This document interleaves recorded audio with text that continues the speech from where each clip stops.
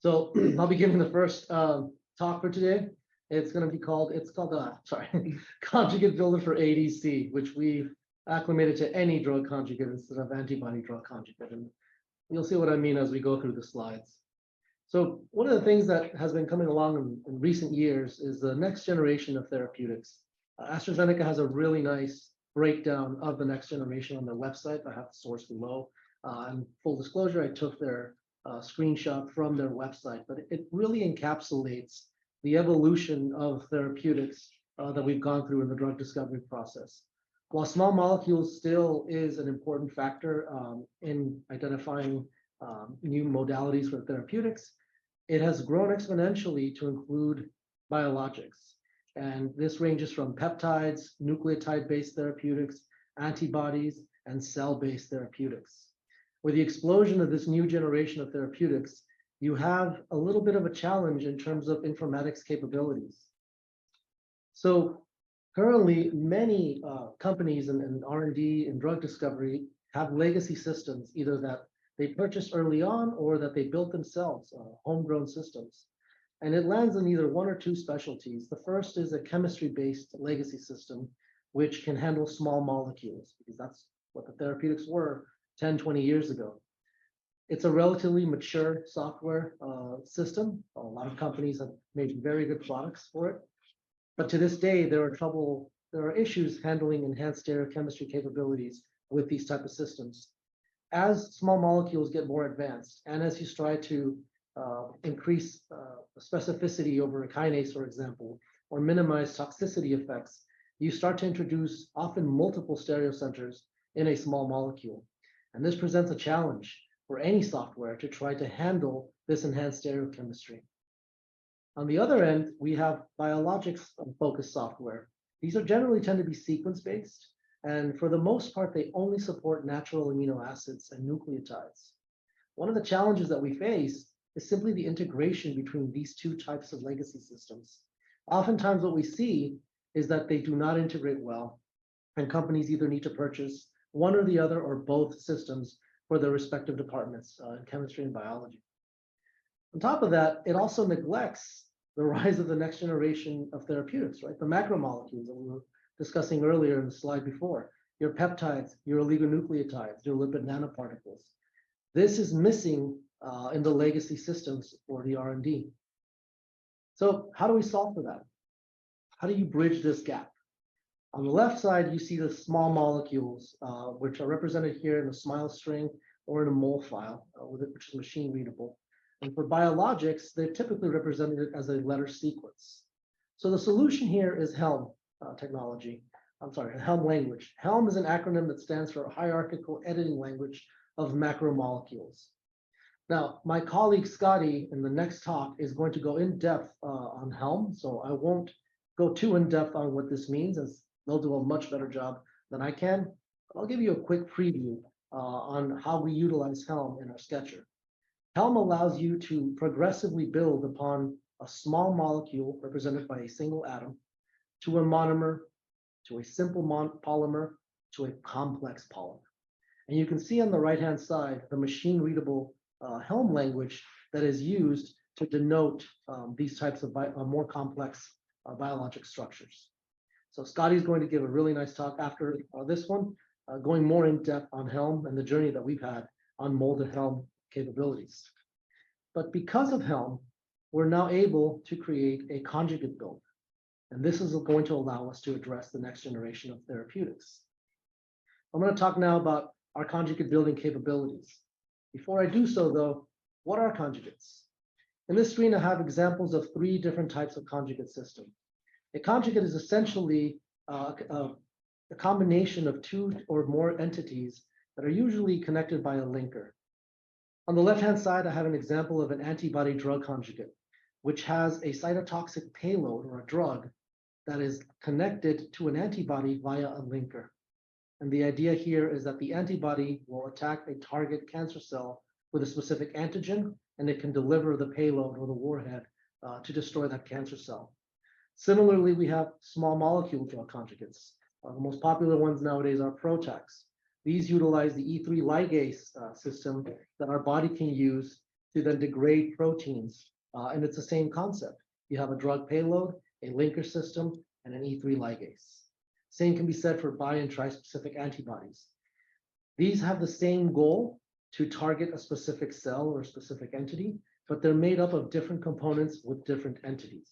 And it goes to show you how the next generation of therapeutics has increasing complexity. And that brings challenges with supporting conjugates. Legacy systems, aside from the challenges that I mentioned earlier, in which they're siloed either as just chemistry or biology based, they're also, many of them are unable to support the many components that are used to develop a conjugate. On top of not being able to support them, let's say they can support them. Now we have a challenge on how do you register with several different modalities, multiple modalities that is necessary to grab these conjugates and connect them together. How do you depict connectivity between these conjugate pieces? This is yet another challenge that we've faced in trying to register, for example, for ADCs. And finally, it's important to be able to track the relationship and the genealogy that each individual piece plays in the production or the construction of a conjugate. So with these challenges, Scilligence was able to develop our own conjugate builder. Conjugate builder starts by allowing us to register the components of said conjugates. In the screenshot here, I'm showing just a small piece of the modalities that our registration system, Regmol, is able to handle. So you can register a payload, a linker, perhaps a combined linker payload, or a warhead such as an antibody, a small molecule, etc., that is captured, registered, and has uniqueness check capabilities. Then you build the conjugate after you've registered these components. Our ADC builder is able to grab different components of your antibody drug conjugate that have already been pre-registered, and you can assemble them in the way that, in a unique manner, either with an antibody positioning, the conjugation method, or a DAR ratio. We then have a lineage or relationship metadata that's tracked after you've built the ADC. This tells you where each component came from, where it was registered before, and if it can be used repeatedly to build other types of conjugates, using same components and altering it by one different piece. And at the end, we get a result that looks something like this. In this example, we have an antibody drug conjugate in our sketcher, JS-Draw. On the left-hand side, we have a registered antibody that actually contains the heavy and light chain sequences of that antibody, the connection to the linker, and then that connection to the payload. And this is all displayed in one sketcher that can handle both small molecule representation as well as biologics representation, in large part thanks to Helm. But what are the new features? We've worked on conjugation before. This is something that we've successfully had in our weaponry to discover new drug targets and new drug discoveries. But what's new? So our conjugation method is something that we're actively working on.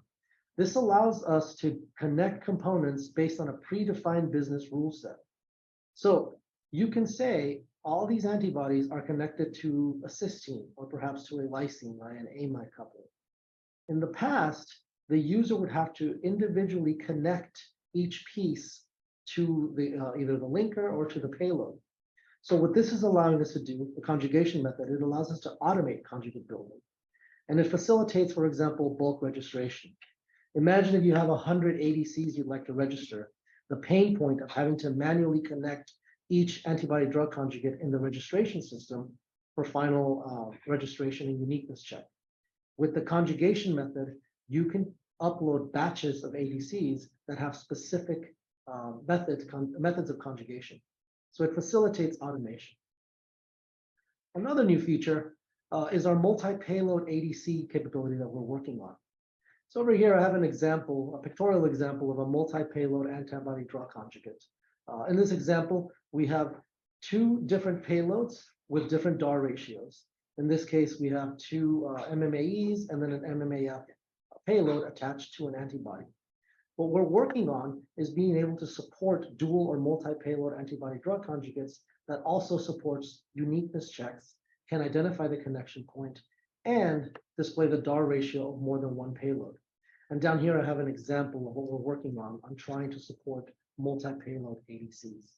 As you can see in this example, similar to the one I mentioned earlier, we have the antibody, we have our linker, only this time we have two of the same payload connected to the linker by a distinct connection points. So I hope we're working hard on trying to develop software and informatics capabilities that allows the scientists to move forward with this next generation of therapeutics. And this is just a small preview of what we wanted to show you for our conjugate builder. And with that, I thank you for listening to my talk. And I'm going to check if there were any questions that need to be read out loud or that were answered in the chat. All right, thank you.